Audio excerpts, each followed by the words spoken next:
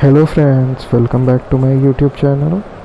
हमने हमारी पिछली वीडियोस में न्यूट्रिशन के बारे में जाना, जिसकी लिंक आपको आई बटन में मिल जाएगी। ऊपर आप टैप करके उसको देख सकते हैं। अब हमारी जो नेक्स्ट वीडियो है वो है रेस्पिरेशन पे, तो चलिए पढ़ते हैं।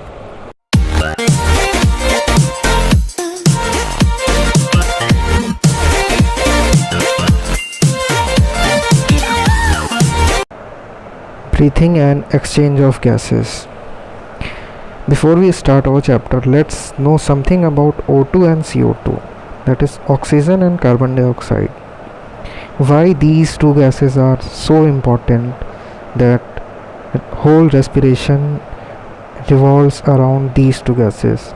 मतलब हमारे एटमॉस्फेयर में बहुत सारी गैसेस हैं, लेकिन सिर्फ O2 और CO2 के बारे में ही इतनी चर्चा क्यों होती है और यही क्यों रेस्पिरेशन में इन्वॉल्व है। आइए इनके बारे में जान लेते हैं। Oxygen is utilized by the organisms to indirectly break down the nutrient molecules like glucose.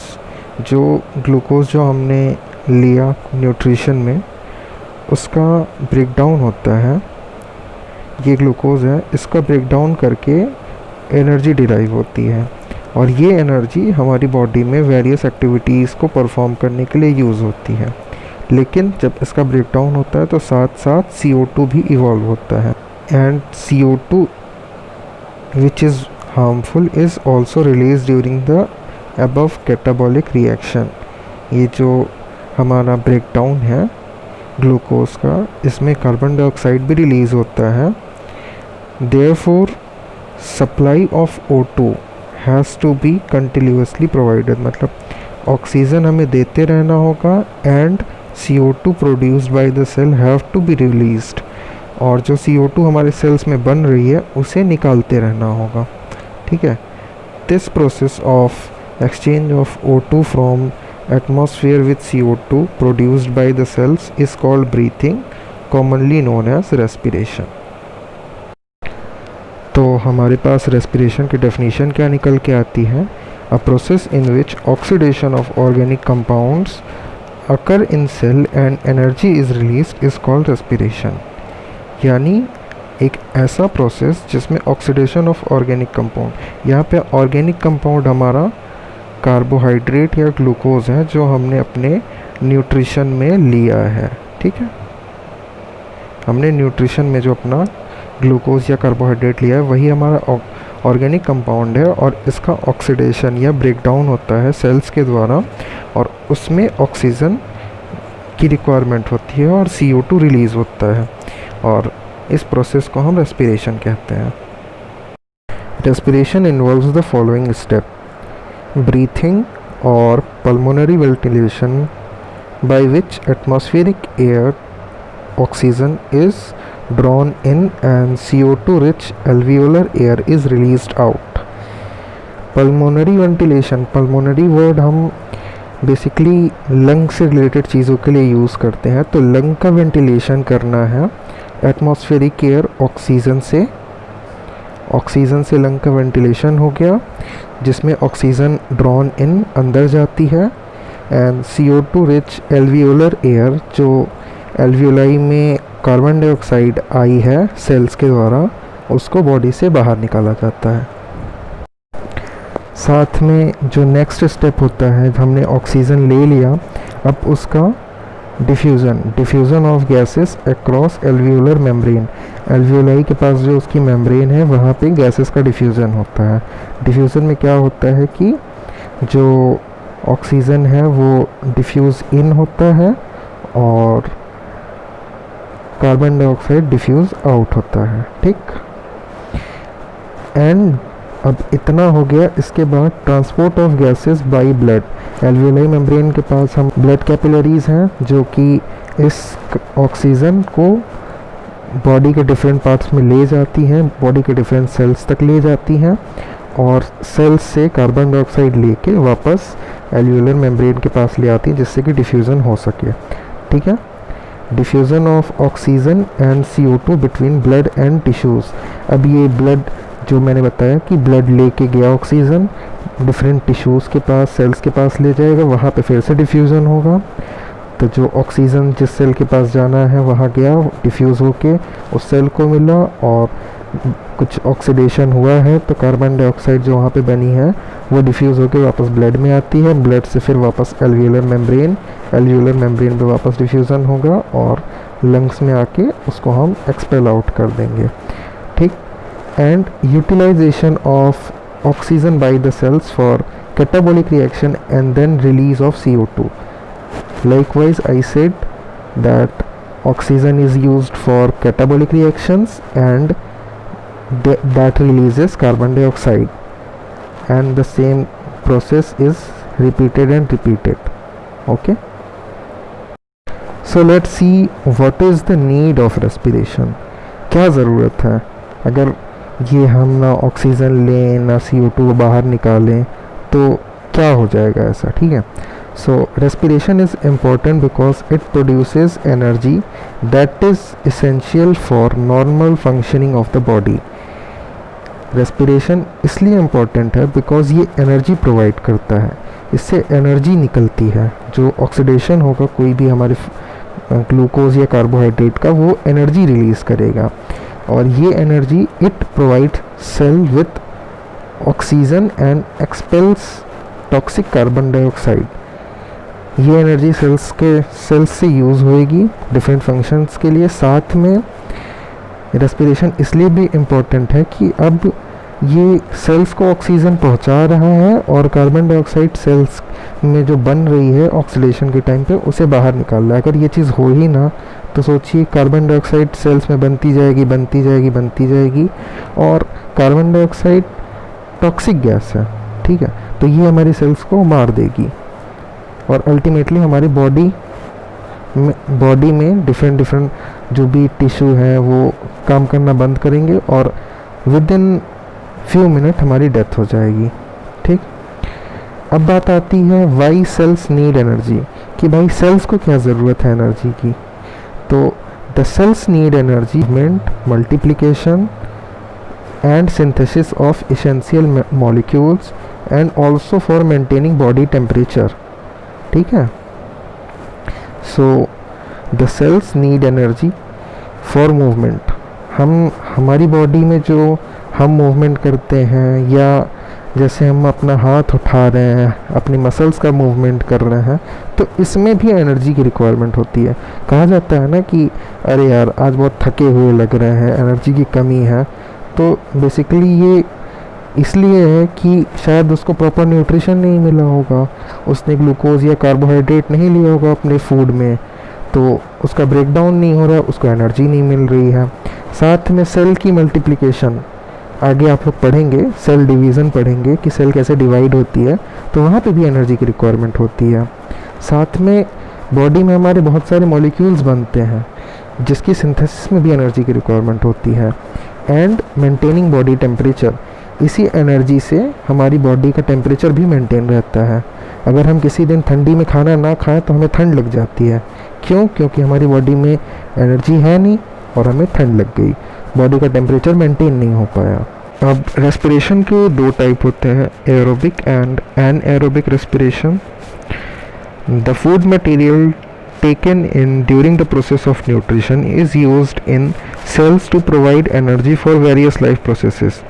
जैसा कि हम पहले ही बात कर चुके हैं कि हमने जो भी न्यूट्रिशन लिया है उससे सेल्स यूज़ करती हैं एनर्जी पाने के लिए और फिर वेरियस लाइफ प्रोसेसेस होते हैं।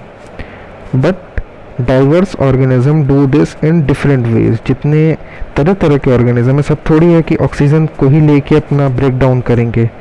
तो जो सम यूज़ ऑक्सीजन, जो ऑक्सीजन यूज़ करके करते हैं उस प्रोसेस को एरोबिक रेस्पिरेशन कहते हैं, क्योंकि वहाँ पे एयर यानी ऑक्सीजन है, ठीक है।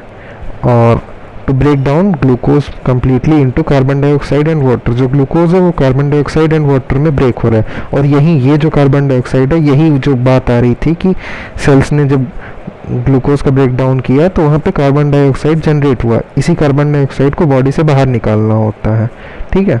And some use other pathways that do not involve oxygen. कुछ ऐसे भी ऑर्गेनिज्म हैं जो कि ऐसे पाथवे यूज़ करते हैं जहाँ पे ऑक्सीजन की ज़रूरत नहीं होती है। How respiration provides energy. तो in all cases the first step is break down of glucose.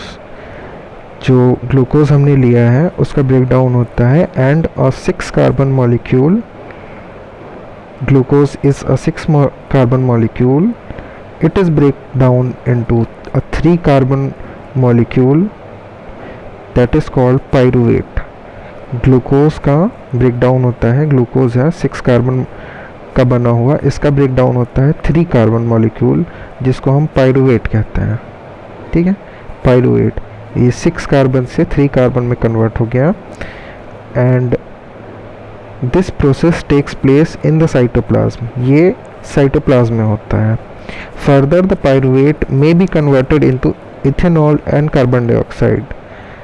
ये जो पायरुवेट बना है इसका फर्दर कन्वर्जन होता है इथेनॉल एंड कार्बन डाइऑक्साइड में एंड होता है यीस्ट, एक ऑर्गेनिज्म है जो कि पायरुवेट को इथेनॉल एंड कार्बन डाइऑक्साइड में कन्वर्ट करता है और इस प्रोसेस को फर्मेंटेशन कहते हैं। ठीक है, एंड अब यहाँ पे जो बात आती है कि कहीं पे ऑक्सीजन की चर्चा नहीं हुई, इस पूरे प्रोसेस में ऑक्सीजन का इन्वॉल्वमेंट ज़ीरो होता है, इसलिए ये एनएरोबिक रेस्पिरेशन है। ठीक है, further breakdown of pyruvate using oxygen takes place in mitochondria. Pyruvate जो है वो ऑक्सीजन की मदद से ब्रेक डाउन होता है, माइटोकॉन्ड्रिया सेल ऑर्गेनेले है यहाँ पे। ठीक है, this process break up the 3 carbon molecule pyruvate into 3 molecules of carbon dioxide. जो 3 कार्बन पायरुवेट मॉलिक्यूल है ये 3 मॉलिक्यूल्स ऑफ कार्बन डाइऑक्साइड में ब्रेक होता है। जब माइटोकॉन्ड्रिया में होगा तो 3 molecules of pyruvate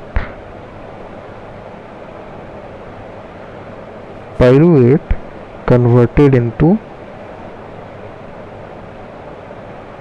3 molecules of CO2।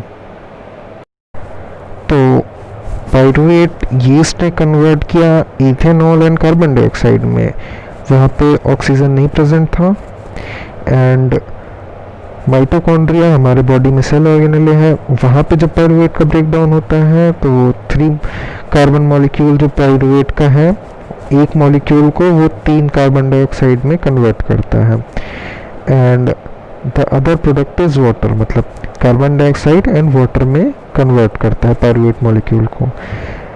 अब the release of energy in aerobic process is greater than anaerobic process. यहाँ पे ये चीज़ नोट करने वाली है कि जो एरोबिक रेस्पिरेशन में एनर्जी रिलीज होती है वो हमेशा एनएरोबिक रेस्पिरेशन से ज़्यादा होती है। एक और केस आता है when there is lack of oxygen in our muscle, मतलब ऐसी कंडीशन जब हम बहुत ज़्यादा एक्सरसाइज कर रहे हैं जल्दी तो हमारे मसल्स में ऑक्सीजन की कमी हो जाती है। ऐसे केस में जो पायरुवेट है वो लैक्टिक एसिड में कन्वर्ट हो जाता है। Pyruvate is converted into lactic acid which is also a 3 carbon molecule. ये लैक्टिक एसिड भी 3 कार्बन का बना हुआ है। The buildup of lactic acid in our muscle during sudden activity causes cramps. तो आपने देखा होगा कि कोई बहुत ज़्यादा एक्सरसाइज करता है तो उसके मसल्स में क्रैम्प आ जाता है, मतलब बहुत दर्द होने लगता है। तो ऐसा सिर्फ इसलिए होता है क्योंकि उस टाइम पे जो पायरुवेट है बना हुआ मसल्स में उसका ब्रेक डाउन होता है और ऑक्सीजन की कमी की वजह से वो लैक्टिक एसिड में कन्वर्ट हो जाता है। लैक्टिक एसिड भी 3 कार्बन मॉलिक्यूल का है और ये लैक्टिक एसिड क्रैम्प कॉज करता है, वो दर्द करता है वहाँ पे। अब आइए इस फ्लो चार्ट को समझ लेते हैं जिसमें breakdown of glucose by various pathways दिखाया गया है। एनसीईआरटी में ये फ्लो चार्ट दिया हुआ है। इसमें glucose that is 6 carbon molecule C6H12O6, ये ग्लूकोज का फॉर्मूला है। इसका ब्रेकडाउन होता है साइटोप्लाज्म में pyruvate that is C3 C3H4O3, ये पायरुवेट का फार्मूला है। C3H4O3 में कन्वर्ट होता है, ग्लूकोज साइटोप्लाज्म में ब्रेक डाउन होकर पायरुवेट में कन्वर्ट हुआ और यहाँ पे एनर्जी निकली। ठीक, अब pyruvate absence of oxygen, east के केस में इथेनॉल दैट इज C2H5OH, ये इथेनॉल है, इथेनॉल में कन्वर्ट होता है। एंड कार्बन डाइऑक्साइड प्लस फिर से एनर्जी, तो पायरुवेट का ब्रेकडाउन हुआ अगर एब्सेंस ऑफ ऑक्सीजन में, तो इथेनॉल, कार्बन डाइऑक्साइड और एनर्जी निकली। फिर से लैक ऑफ ऑक्सीजन, मतलब एब्सेंस नहीं है बट कमी है इन आवर मसल सेल्स। जब हम हैवी एक्सरसाइज करते हैं तो वहाँ पे lactic acid and energy, lactic acid का फार्मूला है C3H6O3, ये लैक्टिक एसिड है, ये भी 3 कार्बन मॉलिक्यूल है। एंड एनर्जी, यहाँ पे भी एनर्जी रिलीज हुई। साथ में ये पायरुवेट का ब्रेकडाउन ऑक्सीजन की प्रेजेंस में माइटोकॉन्ड्रिया में होता है, तो ये कंप्लीट ब्रेकडाउन होता है। यहाँ पे carbon dioxide, water and energy, और ये एनर्जी इन दोनों से ज़्यादा होती है। ठीक है, मतलब ये energy is greater than this and this. So we can conclude that the energy released in case of aerobic respiration in presence of oxygen is greater than anaerobic respiration. It is because there is complete breakdown.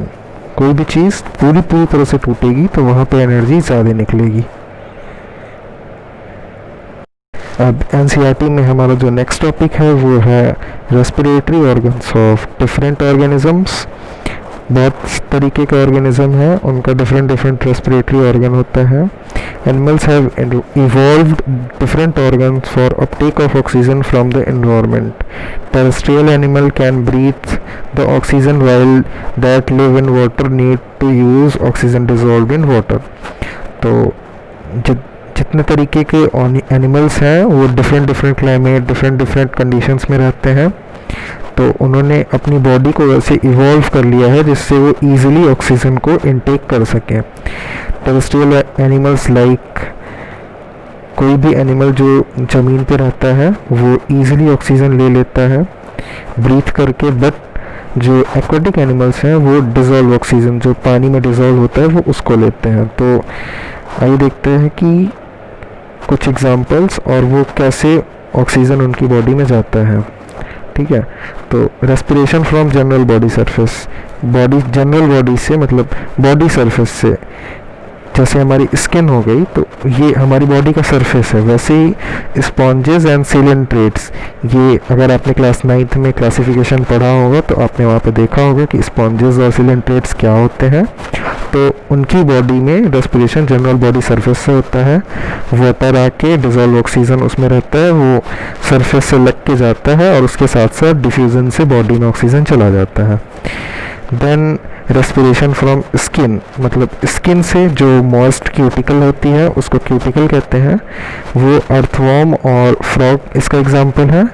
Earthworm और frog के case में skin हमेशा moist रहती है, इसके through oxygen का diffusion होता है और बॉडी के अंदर लिया जाता है। रेस्पिरेशन फ्रॉम गिल्स आपको पता है फिशेस में पाए जाते हैं, तो इसका एग्जांपल एक्वाटिक ऑर्गेनिज्म फिशेस। ठीक है, एंड रेस्पिरेशन फ्रॉम लंग्स से रेस्पिरेशन करने वाले में मैमल्स, बर्ड्स, रेप्टाइल्स। अब बात करते हैं ह्यूमन रेस्पिरेशन की। The human respiratory system is divided into upper respiratory and lower respiratory tract. The upper respiratory organ are external nostrils, nasal passage, internal nostrils and pharynx. The lower respiratory system includes larynx, trachea, bronchi and lungs. तो basically human respiratory system को 2 part में divide किया गया है। मतलब अगर हम यहाँ से देखें तो ये हो गया हमारा लैरिंग्स के ऊपर वाला पोर्शन, ये अपर है और इसके नीचे जो भी है वो लोअर है। ठीक है, अब आइए एक एक करके जितने भी रेस्पिरेटरी ट्रैक्ट के पार्ट्स हैं उनको देख लेते हैं। सबसे पहले होता है हमारा नेज़ल पैसेज, जो कि रास्ता क्रिएट करता है ऑक्सीजन के जाने का। The portion inside the nose is called vestibule. Nose के अंदर के पोर्शन को वेस्टिब्यूल कहते हैं। Which contain mucus lining and hairs. Mucus lining and hairs. Mucus हमेशा नोज़ में जो भी डस्ट पार्टिकल या कुछ भी वैसा जाएगा उसको ट्रैप कर लेता है, और हेयर्स फिल्टर का काम करते हैं। The portion behind it is called nasal chamber. इसके बाद से हमारा नेज़ल चैम्बर शुरू होता है। The epithelium of respiratory region is highly vascularised. ये बहुत ज़्यादा वेस्कुलर सेल्स से बनी होती हैं and involve in the air conditioning. ये टेम्परेचर एंड मॉइस्चर मेंटेनेंस का काम करती है। जो भी हवा जा रही है, जैसे अब बहुत गर्म हवा हम लेंगे तो इस नेज़ल चैम्बर में ठंडी होके जाएगी, या बहुत अगर ठंडा एनवायरनमेंट है तो उसको थोड़ा सा उसको गर्म करके भेजा जाएगा। मतलब एक एप्रोप्रिएट टेम्परेचर पे ही हवा अंदर लंग्स में जाती है। In the nasal chamber, the processes of three bones are seen to increase the surface area of this chamber. Nasal chamber के surface area को 3 bones एक साथ मिलके उसके surface area को बढ़ाते हैं। ये these processes are known as turbinates, and the 3 bones are nasals, ethmoids and maxilla. यही 3 बोन हैं जो surface area को बढ़ाती हैं। The nasopharynx is located posterior to the nasal cavity. Nasal cavity के बाद nasopharynx आता है। Glottis is an opening in the floor of pharynx. pharynx के ऊपरी हिस्से पे glottis होता है जो कि larynx की तरफ बढ़ता है। Epiglottis is the structure that prevents the entry of food into respiratory tract during swallowing. तो जब भी हम कुछ खाकर निगलते हैं, swallowing निकलना, जब भी हम कुछ खाकर निकलते हैं तो एपिग्लॉटिस एक कवरिंग होती है जो कि रेस्पिरेटरी ट्रैक के ऊपर आ जाती है, और ये फूड को रेस्पिरेटरी ट्रैक में जाने से बचाती है। Laryngopharynx open to larynx which is like a sound box in the mouth. Laryngopharynx larynx में ओपन होता है। ये साउंड बॉक्स की तरह वर्क करता है मैमल्स के केस में। अब आइए लैरिंग्स को थोड़ा डिटेल में इसके बारे में जान लेते हैं। The larynx commonly known as voice box is an organ in the neck of mammal involved in protecting the trachea and sound production. It manipulates pitch and volume. The larynx, इसको voice box कहते हैं। ये एक organ है जो कि mammals की नेक में प्रेजेंट होता है, और ये ट्रैकिया को प्रोटेक्ट करता है। साथ में जो हम बोलते हैं, अभी जैसे मैं बोल रहा हूँ तो मेरी जो वॉइस या साउंड प्रोडक्शन है ये लैरिंग्स की वजह से है, और ये सबकी अलग अलग पिच और वॉल्यूम पे होता है। ये चीज़ आप फिज़िक्स में पढ़ेंगे, पिच और वॉल्यूम डिटेल में। नेक्स्ट जो होता है हमारा वो होता है ट्रैकिया। ट्रैकिया और wind pipe is an air conducting tube with non collapsible walls due to cartilaginous rings. Trachea, इसको विंड पाइप भी कहते हैं, ये एयर को लैरिंग्स से ले जाके नीचे ब्रोंकाई तक पहुंचाती है, और ब्रोंकाई से फिर लंग्स में जाती है एयर। ये नॉन कोलैप्सिबल होती है, मतलब इसके कार्टिलेजनस रिंग की वजह से, जो कि शी शेप्ड होते हैं। अब ब्रोंकाई एंड ब्रोंक्यूल आता है ट्रैकिया के बाद। Bronchi is a passage of airway in the respiratory tract that conducts air into the lungs. ये रास्ता बनाता है रेस्पिरेटरी ट्रैक्ट में और एयर को कंडक्ट करके लंग्स तक ले जाता है। इसमें no gas exchange takes place in this part of lung. Bronchi में कोई भी गैस का एक्सचेंज नहीं होता है। The trachea divides into 2 main bronchi. Trachea पहले 2 मेन ब्रोंकाई में डिवाइड होती है, लेफ्ट एंड राइट, जो कि left side of lung and right side of lung में जाता है। And the primary bronchi divides into many primary bronchioles. जो अब जैसे ये ट्रैकिया है तो ये लेफ्ट और राइट ब्रोंकियाई में डिवाइड हुआ, और फिर ये ब्रोंकाई मैनी ब्रोंक्यूल्स में डिवाइड होते हैं दोनों साइड, ठीक है। Then primary bronchioles which divides into terminal bronchioles, ये जो प्राइमरी ब्रोंक्यूल्स बने इसमें फिर टर्मिनल ब्रोंक्यूल्स बनते हैं, ठीक है। And each of which then gives rise to several respiratory bronchioles. तो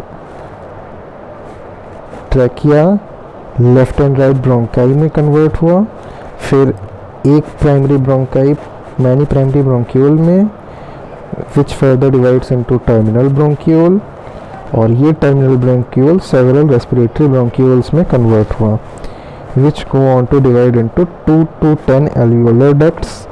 ये रेस्पिरेटरी ब्रोंक्यूल्स 2 से 11 एल्वियोलर डक्ट्स में कन्वर्ट हुए, और each of these alveolar ducts has 5 to 6 alveolar sacs. तो हर एल्वियोलर डक्ट में 5 से 6 एल्वियोलर सैक होते हैं। The alveolus is the basic unit of gas exchange in lungs, यानी एल्वियोलस में ही सारा गैस एक्सचेंज होता है। Alveolus is the basic unit of gas exchange in lungs. तो हमारा नेसल पैसेज से होते हुए एल्वियोलर सैक तक पहुंचता है, और एल्वियोलर सैक का सिंगुलर होता है एल्वियोलस, यहाँ पे ही गैस एक्सचेंज होता है। तो एक बार डायग्राम से देख लेते हैं। ट्रैकिया से ब्रोंकाई में लेफ्ट एंड राइट ब्रोंकाई, ठीक है। उसके बाद ब्रोंकाई से प्राइमरी ब्रोंक्यूल्स, फिर प्राइमरी ब्रोंक्यूल से टर्मिनल ब्रोंक्यूल्स, टर्मिनल ब्रोंक्यूल से रेस्पिरेटरी ब्रोंक्यूल्स, रेस्पिरेटरी ब्रोंक्यूल से एल्वियोलर सैक्स, एल्वियोलर सैक्स में एल्वियोलाई, ठीक। अब आते हैं लंग्स पे। The lungs are normally divided into lobes. These are include within fluid filled pleural cavity. Cavity होती है जिसे प्लूरल कैविटी कहते हैं, and the fluid inside this cavity is called pleural fluid. इस प्लूरल कैविटी में plural fluid होता है। In human the basic functional unit of lungs are alveoli, जैसा कि हमने पहले ही देख लिया है। The number of alveoli is 300 million, 1-2 नहीं 300 मिलियन होते हैं। These are specialized air-filled sacs which are richly supplied with blood vessels. इसमें बहुत सारी blood vessels होती हैं, hence they facilitate easy diffusion of O2, ठीक है। तो जो alveoli है उसमें बहुत सारी blood vessels हैं जिससे कि ऑक्सीजन का easy diffusion होता है। अब एक बार डायग्राम से इस चीज़ को देख लेते हैं। ये हमारा epiglottis, larynx, trachea, trachea left and right bronchi में, ब्रोंकाई से ब्रोंक्यूल्स, ब्रोंक्यूल्स और एंड में आके ये एल्वियोलाई में कन्वर्ट होता है। फिर प्लूरल मेम्ब्रेन ये बाहर की, और इसके बीच में ये प्लूरल फ्लूइड होता है, ये दिखाया गया है, ठीक है। ये लंग हो गया हमारा, एंड ब्रोंकस और ब्रोंकियाई। तो और साथ में ये एक membrane, cartilaginous membrane that is called diaphragm. ये इंस्पायरेशन एंड एक्सपायरेशन में हेल्प करती है। अब आते हैं मैकेनिज्म ऑफ ब्रीथिंग पे, जो कि इंस्पायरेशन हमारा हवा या सांस लेना, इंस्पायरेशन और inhalation is carried out mostly bye movement of diaphragm. जैसा कि अभी हमने पहले देखा डायफ्राम क्या था। तो during this the diaphragm straightens and lengthens the chest cavity. Diaphragm straight हो जाता है, जो वो ऐसे था वो थोड़ा सा कुछ इस तरह हो जाता है। The external intercostal muscles contract, जो रिब्स पे मसल्स होती हैं उसे इंटरकोस्टल मसल कहते हैं। Ribs move up in upward and outward direction. Rib जो है वो बाहर की तरफ मूव करता है, और ये टोटल ये सारा मूवमेंट हमारे थोरेसिक कैविटी के डायमीटर को बढ़ाता है। इसको आप इस तरह से समझ सकते हैं कि जब हम तेज़ी से सांस लेते हैं तो हमारा सीना फूलता है, तो उसी की बात है कि थोरेसिक कैविटी के डायमीटर को बढ़ाता है। As a result volume of lung, जो हमारे लंग का वॉल्यूम है वो बढ़ जाता है। अब इतना सब होने के बाद ये जैसे ही वॉल्यूम बढ़ेगा एक लो प्रेशर एरिया क्रिएट होता है। अगर आप इस चीज़ को समझना चाहते हैं तो प्रेशर का रिलेशन इन्वर्सली होता है वॉल्यूम से, मतलब अगर आप वॉल्यूम बढ़ाते जाएंगे तो प्रेशर घटता जाएगा, और वॉल्यूम आप कम करते जाएंगे तो प्रेशर बढ़ता जाएगा। ठीक है, ये आप फिज़िक्स में पढ़ेंगे। So a low pressure area is created in the lungs, thus air rushes inside. अब ऐसा क्यों होता है? हमेशा एयर हाई प्रेशर से लो प्रेशर की तरफ चलती है। या इसको आप पानी के एग्जांपल से भी समझ सकते हैं कि आपके छत पे पानी रखा हुआ होता है, वो हाई पे है और ये लो की तरफ आता है। ठीक है, तो एयर भी उसी तरह हाई प्रेशर से लो प्रेशर पे चलती है। इसको डायग्राम से समझ लेते हैं। हुआ क्या कि जो डायफ्राम था ये कॉन्ट्रैक्ट हुआ, यानी कुछ इस तरीके का पहले था, ये समवॉट स्ट्रेटन होता है, और साथ में जो मसल होती है इंटरकोस्टल मसल रिब्स के बीच में, ये कॉन्ट्रैक्ट होती है। ठीक है, जिससे रिब्स एंड स्टर्नम बाहर की तरफ उठते हैं, और वॉल्यूम टोटल इन दोनों की वजह से ये हो रहा है और ये डायफ्राम जो कॉन्ट्रैक्ट कर रहा है, इससे ये एरिया बढ़ता है, ये वॉल्यूम इसका इंक्रीज होता है, वॉल्यूम ऑफ थोरैक्स इंक्रीजेस। अब इतना सब होने के बाद यहाँ पे एक लो प्रेशर एरिया क्रिएट हो गया, ये लो प्रेशर एरिया इसकी वजह से क्रिएट हुआ, एंड दस एयर इंटर्स इनसाइड द लंग, हवा अंदर आती है लंग में, और ये पूरा प्रोसेस हमारा इंस्पिरेशन। ठीक है, अब इसी तरीके से हमारे एक्सपिरेशन यानी सांस बाहर की तरफ छोड़ना, उसको समझ लेते हैं। एक्सपिरेशन और exhalation involves relaxation of external intercostal muscle, the diaphragm bends upward which reduces vertical length of thorax cavity. इस केस में क्या होता है कि डायफ्राम जो ऐसे थी इनहेलेशन के टाइम पे, अब वो वापस ऊपर की तरफ जाती है, और साथ में इंटरकोस्टल मसल जो पहले कॉन्ट्रैक्ट हो गई थी अब वो वापस से रिलैक्स होती है। ठीक है, जिस इन दोनों के उससे the relaxation of external intercostal muscle leads rib and rib cage downward and inward, मतलब अंदर की तरफ सिकुड़ता है रिब केज। अब ये दोनों चीज़ें together reduce thoracic volume. Inhalation के टाइम पे थोरेसिक वॉल्यूम बढ़ा था और एक्सपिरेशन के टाइम पे हमारा थोरेसिक वॉल्यूम कम हो रहा है। This reduce volume of thorax creates positive pressure that leads to exhalation. अब इस चीज़ को समझते हैं कैसे हुआ। सपोज़ ये हमारी थोरेसिक कैविटी थी, अब इधर से डायफ्राम ने प्रेशर लगा के इसको कम किया, और साथ में रिब भी अंदर की तरफ कुछ कुछ गया, तो ये पूरा वॉल्यूम कम हुआ। ठीक है, ये वॉल्यूम डिक्रीज़ किया। अब हमने पहले ही बता दिया है कि प्रेशर का इन्वर्स रिएक्शन होता है वॉल्यूम से। अब यानी वॉल्यूम कम हुआ तो प्रेशर बढ़ा। ठीक है, यहाँ पे ये प्रेशर बढ़ रहा है, और जब प्रेशर बढ़ेगा तो ये इसके अंदर की हवा बाहर निकलना चाहेगी। ठीक है, और यही बाहर हवा जब निकलती है तो इसे एक्सपिरेशन कहते हैं। Simple.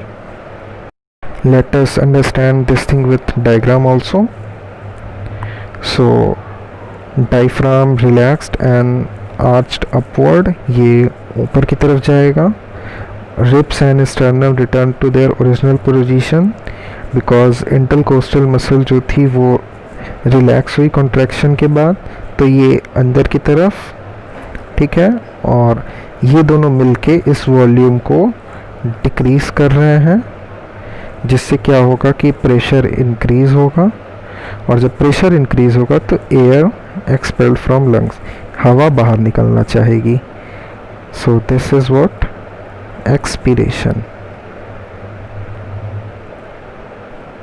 Now exchange of gases. अब इंस्पिरेशन, एक्सपायरेशन, ये दोनों चीज़ें तो हो गई. अब जो हवा अंदर गई है और जो हवा बाहर निकल रही है, ये एक्सचेंज हो कैसे रहा है कि हमने लिया, ऑक्सीजन बॉडी में चला गया और कार्बन डाइऑक्साइड बॉडी से बाहर निकल गया. तो आइए इसको समझते हैं. Exchange of gases in human body occur between blood and tissue. ये ब्लड और टिश्यू के बीच में एक्सचेंज होता है, और इसका major side of gas exchange are alveoli of lungs. जो हमने पहले ही बताया था कि 300 मिलियन होते हैं ये लंग्स में. ठीक है. In this process the gaseous exchange occur between एल्यूलर air and arterial blood. ठीक है. एल्यूलर एयर, जो एल्यूलाई में एयर है और उसके साथ जो ब्लड वेसल्स लगी हुई हैं, उसके ब्लड के बीच में एक्सचेंज होता है. और इसमें पार्शियल प्रेशर बहुत बड़ा रोल प्ले करता है. पार्शियल प्रेशर किसी भी गैस का खुद का प्रेशर जो वो अप्लाई करती है, उसे पार्शियल प्रेशर कहते हैं. मतलब पूरे एटमॉस्फेयर में बहुत सारी गैसेस हैं, उसमें अगर हम अकेले ऑक्सीजन को देख लें तो वो जितना प्रेशर लगा रही है उसे पार्शियल प्रेशर कहते हैं. तो the partial pressure contributed by oxygen is denoted by PO2 and partial pressure contributed by carbon dioxide is denoted by PCO2. Okay. The PCO2 in alveolar air is 104 mm of Hg. mm of Hg हमारी pressure को measure करने की unit है. And in arterial blood it is 40 mm Hg. तो सीधे 104 is much greater than 40 mm Hg. Thus O2 diffuses from alveolar air to arterial air and from there into the cells. ठीक है. तो pressure ज़्यादा था एल्यूलर air में और कम था आर्टेरियल ब्लड में, मतलब ब्लड कैपिलरीज में ऑक्सीजन का प्रेशर, पार्शियल प्रेशर कम था, जिससे हाई प्रेशर से लो प्रेशर की तरफ, यानी एल्यूलर एयर से आर्टेरियल एयर की तरफ ऑक्सीजन का मूवमेंट हुआ, और वहाँ से फिर डिफरेंट सेल्स तक ऑक्सीजन पहुँच गई. अब PCO2 of एल्यूलर air is 40 mm Hg. मतलब जो हमारे एल्यूलर एयर में कार्बन डाइऑक्साइड के पार्शियल प्रेशर है वो 40 mm ऑफ Hg है, एंड आर्टेरियल एयर मतलब ब्लड कैपिलरीज में है वो है 46 mm ऑफ Hg. ठीक है. ये 46 mm Hg हमारे टिश्यू फ्लूइड या आर्टेरियल एयर में PCO2 का पार्शियल प्रेशर है. दैट मीन्स हमारे टिश्यू फ्लूइड में या आर्टेरियल एयर में पार्शियल प्रेशर कार्बन डाइऑक्साइड का ज़्यादा है और एल्यूलर एयर में कम है. Thus CO2 moves from arterial blood to alveoli. मतलब आर्टेरियल ब्लड से एल्यूलाई में CO2 का मूवमेंट होता है और एल्यूलर एयर से आर्टेरियल ब्लड में ऑक्सीजन का मूवमेंट होता है. Thus in this way according to partial pressure the exchange of gases takes place. तो पार्शियल प्रेशर के बेसिस पे गैसेस का एक्सचेंज होता है. अब आइए इस चीज़ को डायग्राम से समझ लेते हैं. ये हमारा एल्वियोलस यानी एल्वियोलाई है. यहाँ पे ऑक्सीजन का पार्शियल प्रेशर 104 है और कार्बन डाइऑक्साइड का पार्शियल प्रेशर 40 mm है. ठीक है, यानी partial pressure of O2 is higher. ठीक है, और ये हमारी पल्मोनरी वेन है. पल्मोनरी वेन फ्रेश एयर या ऑक्सीजनेटेड एयर को हार्ट तक ले जाती है. एंड देन ये हमारा पल्मोनरी आर्टरी है जो कि डीऑक्सीजनेटेड ब्लड को हार्ट से लंग्स तक ले आता है या एल्वियोलस तक ले आता है. ठीक है, और यहाँ पे ये टिश्यू फ्लूइड है जिसमें O2 का partial pressure 40 mm of Hg है एंड CO2 का पार्शियल प्रेशर 45 mm Hg है. ठीक है, तो अब क्या हुआ कि 104 था और पल्मोनरी आर्टरी में और पल्मोनरी वेन में, ये दोनों यहाँ पे हैं कॉमन, जिसकी वजह से पार्शियल प्रेशर ऑक्सीजन का ज़्यादा था एल्वियोलस में, तो मूवमेंट इस वेन की तरफ हुआ, मूवमेंट एल्वियोलस से पल्मोनरी वेन की तरफ हुआ ऑक्सीजन का, एंड देन हार्ट से होते हुए oxygenated blood different tissue parts तक पहुंच गया। ठीक है, सेम चीज़ ये डी ऑक्सीजनेटेड ब्लड जिसमें कार्बन डाइऑक्साइड है, ये हार्ट तक आया और फिर पल्मोनरी आर्टरी से एल्वियोलस तक पहुंचा। इसमें पार्शियल प्रेशर कार्बन डाइऑक्साइड का 45 mmHg था, जो कि एल्वियोलस के 40 mmHg से ज़्यादा है, जिस वजह से 45 इज़ ग्रेटर देन 40, तो पल्मोनरी आर्टरी से एल्वियोलस की तरफ PCO2 या सिंपली CO2 कह सकते हैं, CO2 का मूवमेंट एल्वियोलस में हुआ और एल्वियोलस से इधर हुआ O2 का movement. This complete exchange of gases.